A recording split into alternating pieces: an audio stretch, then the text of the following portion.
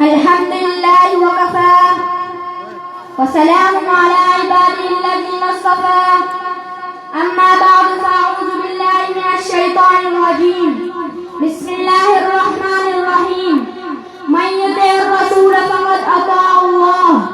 صدق الله العظيم إخواني في الله لقد همرني سرور وبهجة حيث كنت بين يديكم في هذه الحفلة الميمونة وأتحدث عن الموضوع الحث على طاعة الرسول صلى الله عليه وسلم فأحييكم بتحية الإسلام الخالدة المباركة السلام عليكم ورحمة الله وبركاته. أيها المستمعون الكرام اتقوا الله حق تقاته إن الله قد بعث محمدا صلى الله عليه وسلم بالدين القويم والمنهج المستقيم أرسله رحمة للعالمين وإماما للمتقين وهجة على الخلائق أجمعين أرسله على حين فترة من الرسل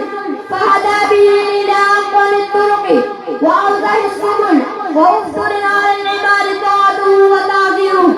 وسدة جن به الطرق فلم تفتح لأحد إلا من طريقه فشرح له صدره ورفع له ذكره ووضع عنه وزره وجعل الذلة والسعر على من حالف أمره.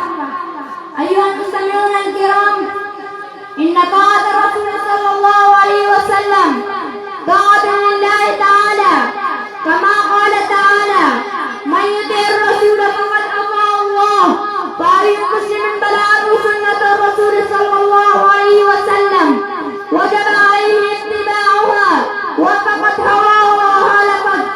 قال عليه السلام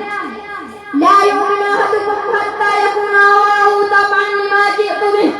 قد حصل طاعة الرسول تكون العزة والكفاية من الله ولاتباع الهدى والأمر والفلاح وطيب العيش في الدنيا والآخرة ولمخالفيه الذل والسعار والضلال والهزال والشقاء في الدنيا والآخرة. أيها المستمعون الكرام إنما هل بالمسلمين اليوم من ضعف وتفكك ومسائل إنما سببه تفريطهم بالتمسك بدينهم والتماس الهدى من غيره